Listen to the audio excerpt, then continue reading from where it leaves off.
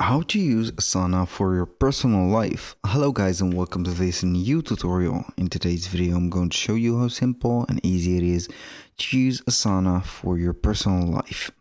So we can go ahead and create projects within Asana. You can have some reporting, some portfolios and some goals to set. So the first thing that you can go ahead and use for Asana is going to be the main thing that you can use into your phone, such as having tasks or some notes about or reminders about something that you need to do. So basically, what can we do is going to be very simple. We're going to head over our Asana account. We're going to select or set up our credentials, and then we're going to head over the left side of the screen. As you can see or notice that we have tasks, inboxes, and all the teamwork that we need. Now, it doesn't matter a lot for anything that you are going to use into Asana. Either you're going to use a team with you, not using, but basically you are going to participate within a team or something like that. But we're going to talk about the side of personal things.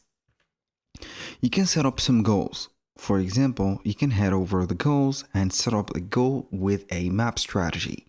Basically, it is going to be like a mind map. So you can go ahead and set up these. You can see here the team goals, your goals, whatever goals that you're going to have. You can go ahead and add the goal title, for example, the time period, the privacy of it, and also the members.